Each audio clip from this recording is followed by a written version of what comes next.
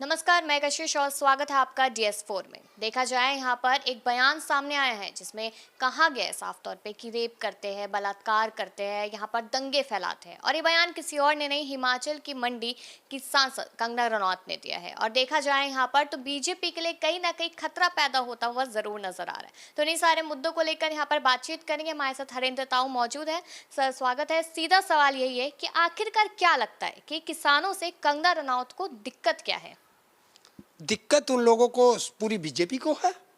उनको ये है कि जो वो आज तक अपनी सरकार बना करके बैठे थे और पूर्ण बहुमत की सरकार बना करके बैठे थे, तो आज वो मजबूर सरकार है और किसानों से घबरा रही है क्योंकि हिमाचल उसमें हरियाणा में चुनाव हैं। जम्मू कह रहे हैं कि घबरा क्यों रहे हैं? किसानों के यहाँ पर बिल वापस ले लिए थे, कंगना रनौत ये कहती नजर आई, और आप लोगों को रेपिस्ट, बलात्कारी तक कह रही है कंगना रनौत। देखिए, एक बदजुबान होती है, इसकी जुबान थमती नहीं है। और ये कुछ बीजेपी में ऐसे लोग पाल के रखे गए हैं कि जो अलग अलग तरीके से गालियां देते हैं देश की जनता को, और ये उन्हीं में से एक है। और अब वही बीजेपी कह रही है कि ये बयान हमने थोड़ी दिए, कंगना रनौत के व्यक्तिगत बयान है, अगली बार से नहीं देगी। किसने कहा? बीजेपी के ने? किसी का नेता का नाम बताओ, किसने कहा हो? पूरी बीजेपी कह रही है। एक भी बीजेपी का किसी सांसद ने कहा हो? देश का प्रधानमंत्री बताए, क्योंकि ये सांसद का टिकट इसे किसने दिया? देश के प्रधानमंत्री ने दिया, नरेंद्र मोदी ने दिया, या उनके राष्ट्रीय अध्यक्ष ने दिया। तो बयान तो वो दे हैं। अब इसके जैसा कोई और एक भौंकने वाला आ जाएगा, वो कह देगा उनको हमारा बयान नहीं है। क्यों नहीं है? सांसद किसकी है वो?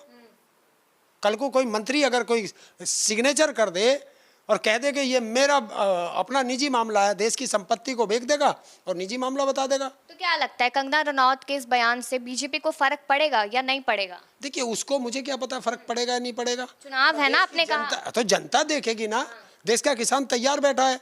जब ये अभी हरियाणा में वोट मांगने जाएंगे, हिमाचल में वोट मांगने जाएंगे, तो वहाँ का किसान और मजदूर इनका कॉलर पकड़ेगा, बीजेपी वालों का और इनके समर्थकों का, जो इनकी सपोर्टर पार्टी है, उनका भी कॉलर पकड़ेगा कि बता, जब हम रेपिस्ट हैं, जब हम कातिल हैं, तो हमारे द्वारे पे आया कैसे? कहते हैं आप लोगों ने हिंसा भड़काई थी, वो तो मोदी जी ने बयान वापस ले लिए, यानी कि जो बिल थे वो वापस ले लिए, तो आप लोग थोड़े शांत हो गए। देखिए, ये देश की खुफिया एजेंसी और विदेश मंत्रालय और गृह मंत्रालय के मुंह पर एक जोरदार तमाचा है। कैसे? कि अरे, अगर उसको कंगना रनावत को पता है कि ऐसे हालात हो सकते थे, देश के गृह मंत्री को नहीं पता, देश की खुफिया एजेंसी को नहीं पता, और देश के अजीत डोभाल जो NSA हैं उसको नहीं पता, वो जेम्स बॉन्ड बताते हैं ऐसे, उसको नहीं पता। और अगर हम रेपिस्ट थे तो बताओ कौन से थाने में रेप का मुकदमा दर्ज हुआ हो किसानों पे? बताओ किस किसान पे जो है हत्या का मुकदमा दर्ज हुआ हो? लेकिन आप देखिए कि जब भी बयान आते हैं मोदी जी के, तो यही कहा जाता है कि किसान हमारे लिए सर्वोपरि है और हमने किसानों के लिए बहुत कुछ किया। ये उनका शब्द जो है, मुंह में राम और बगल में छुरी है, ये वो वाला बयान है। एक तरफ वो हमें किसानों को अन्नदाता कहते हैं, दूसरी तरफ उनके ही सांसद हमें आतंकवादी, खालिस्तानी, पाकिस्तानी, टुकड़े टुकड़े गैंग, माओवादी, नक्सली, भेड़िए, और यही देश का प्रधानमंत्री नरेंद्र मोदी हमको परजीवी कहता था। तो जब ये सब शब्द बोल चुके हैं हमारे लिए, तो कंगना रनावत ने देखा है कि एक जगह खाली हुई है।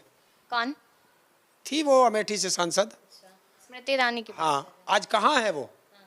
कहाँ है? तो उसकी जगह ये लेना चाहती है। तो इसने सोचा ये सब तो ये बोल चुके, मैं और 4 कदम आगे बढ़ के इन किसानों को कहूँ तो हो सकता है नरेंद्र मोदी के और मैं करीब पहुंच जाऊं। मंत्री बनना चाहती है। अच्छा, आपको लगता है कि ये बयान देने के बाद यहाँ पर कंगना रनौत की सदस्यता रद्द कर दी जानी चाहिए? NSA इसके ऊपर देखिए, इसने देश के खिलाफ बोला है। हमारे खिलाफ तो रोज बोलो, लेकिन जब देश के खिलाफ बोला है कि यहाँ से वो हो जाता, अमेरिका और चीन का दखलंदाजी है, वो करा रही है, तो ये देश के खिलाफ एक षड्यंत्र बताया उसने। तो या तो उसके सबूत दे, अगर इसके पास वो सबूत है तो हम सब किसानों को फांसी दिए, नहीं तो इसके खिलाफ NSA लगाएं। कैसे देश की जनता में आग भड़का रही है, कैसे देश की सांसद बनने के बाद झूठ बोल रही है। और अगर इसके खिलाफ कार्रवाई नहीं होती तो ये शब्द बीजेपी कहलवा रही है, नरेंद्र मोदी कहलवा रहा है। अच्छा, आप ये कह रहे हैं कि हरियाणा चुनावों में नुकसान शायद हो सकता है, और अभी आप कह रहे हैं कि मोदी जी बुलवा रहे हैं ये बयान, तो फिर मोदी जी ये बयान क्यों बुलवाएंगे अगर हरियाणा चुनाव उन्हें जीतना है अगर तो? मोदी जी नहीं बुलवा रहे हैं तो उसका 3 दिन से बयान चल रहा है। नरेंद्र मोदी ने अभी तक उसकी जुबान पे ताला क्यों नहीं लगाया, उसके खिलाफ FIR दर्ज करा के NS से क्यों नहीं लगाया? क्या वजह लग रही है, क्यों नहीं? सरकार नरेंद्र मोदी की है, बदनाम नरेंद्र मोदी होगा। हमें कौन जाने, हमें तो सबको पता है कि किसान ने तो पलड़ा झाड़ लिया है ना इस बयान से। कैसे झाड़ लोगे, कैसे झाड़ लोगे? अगर इस देश का मास्टर किसी बच्चे के साथ दुराचार करता है स्कूल में, तो क्या सरकार ये कह देगी कि ये हमारा आदमी नहीं था? जब वो सरकारी कर्मचारी है तो सरकार का आदमी है, कौन जिम्मेदार है? सरकार जिम्मेदार है ना।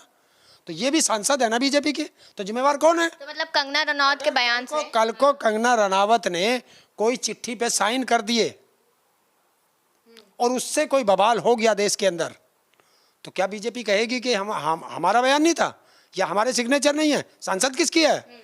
जिम्मेवारी कौन लेगा? अगर वो उनके बयान नहीं है, वो उससे इत्तेफाक नहीं रखते, तो पहले उसे पार्टी से बाहर करें, संसद सदस्यता खत्म करें और सीधा NS से लगा के जेल के अंदर डालो। ऐसो की इतनी कंगना रनौत, देखिए उसके उसके उसके कई बयान ऐसे हैं, हमारे देश में ड्रग्स गैरकानूनी है और उसने तो साफ कहा है कि मैं ड्रग्स लेती थी, तो उस पर तो पहले ही कार्रवाई हो जानी चाहिए थी। एक देश की सांसद बनने वाली महिला वो इस तरह के बयान देगी? देश की बेटियों को, माताओं को 100-100 रुपए की भाड़े की बताएगी? और अगर मैं उसके खिलाफ बोल दूं तो आप भी तुरंत मेरे खिलाफ बोलोगे कि देश की महिलाओं के खिलाफ बोला ताऊ, और ये महिला बोल रही है और महिलाओं को ही कह रही है कि 100-100 रुपए वाली है। तब ये महिला नहीं बोलेगी, देश की कोई नहीं बोलेगी कि ये महिला हमें बदनाम क्यों कर रही है। ये कह रही है कि मैं तो शराब पीती, पार्टी करती वहाँ कुल्लू मनाली जाके। क्या ये महिलाओं के देश की सांसद के बयान हो सकते हैं? अच्छा, ऐसा भी माना गया था लोकसभा चुनावों में भी काफ़ी कुछ झेलना पड़ेगा भाजपा सरकार को, और अभी भी हरियाणा चुनाव के लिए आप ऐसा कह रहे हैं, तो लोकसभा हमने देख लिया। देखिए, हमें गाली दी है, हमें इस ऐसे शब्दों से नवाजा है जो अभी नहीं नवाजा गया था, तो अब हम भी खड़े हो गए और देश की किसान सरदारी फिर से धरना करेंगे? नहीं, धरना नहीं करेंगे, अब जवाब देंगे ना। चल रहे हम भी हरियाणा को, अपने हरियाणा के किसानों से, मजदूरों से, सबसे बात करेंगे और उनको मनाएंगे, मतलब मनाएंगे कि करो भाई। तो ऐसा लगता है कि बाकी के और जितने भी राज्यों में चुनाव होने वाले हैं उन पर भी जाएंगे, हम हर जगह जाएंगे, ईंट का जवाब पत्थर से देंगे। अब ये है ईंट का जवाब कि जैसी इनकी जुबान चलेगी, हम तो अपनी जुबान खराब नहीं करेंगे, लेकिन वोट की चोट से इनको जवाब दे देंगे। लेकिन बयान जब भी मोदी जी देने जाते हैं, जब भी चुनावी रैलियां होती है, तो जनता बड़ी खुश होती है कि मोदी जी वहां आए, हमारे लिए बात कर रहे हैं, हमारे समर्थन की बात कर रहे हैं, तो वोट तो वही जाएगा। फिर कहाँ गया? भाजपा की तरफ। तो फिर ये कैसे मोदी जी मजबूत से मजबूर हो गए? कहाँ से आ गए ये? फिर ये मजबूर कैसे हुए? 303 से 240 पे कैसे आ गए? फिर भी देखिए, सत्ता में तो है, मिलजुल के बनाया। देंगे, अब वो नहीं है, अब वो तानाशाह नहीं है, अब विपक्ष मजबूत है, और जब जिस देश का विपक्ष मजबूत होगा उसकी सरकार कभी तानाशाह नहीं हो सकती। विपक्ष मजबूत है और किसान इस बार जवाब देंगे, ऐसा कह रहे हैं? तो हर बार देंगे, हर बार देंगे। जो हमारे खिलाफ बोलेगा उसको जवाब देंगे। हमको इतने कमजोर थोड़ा ही हैं। ऐसा हुआ कि अभी कंगना रनौत फिर सीना चीर के अनुगा दे, तो ये संसद में बोलने वालों को अकल भी ठिकाने लगा दें। चलिए, बिल्कुल, यहाँ पर हरेंद्र ताऊ ने तमाम सवालों का जवाब दिया, और कहीं ना कहीं देखा जाए जो गुस्सा है किसानों का वो फूटता हुआ जरूर नजर आ रहा है कि वो एक नेता बयान दे, दूसरा नेता बयान दे, या फिर कोई और बयान दे, लेकिन अब जो आने वाला चुनाव है उस पर क्या असर पड़ेगा, अब देखिए, अपनी राय जरूर दीजिएगा इस मुद्दे पर। अब देखते रहिए DS4।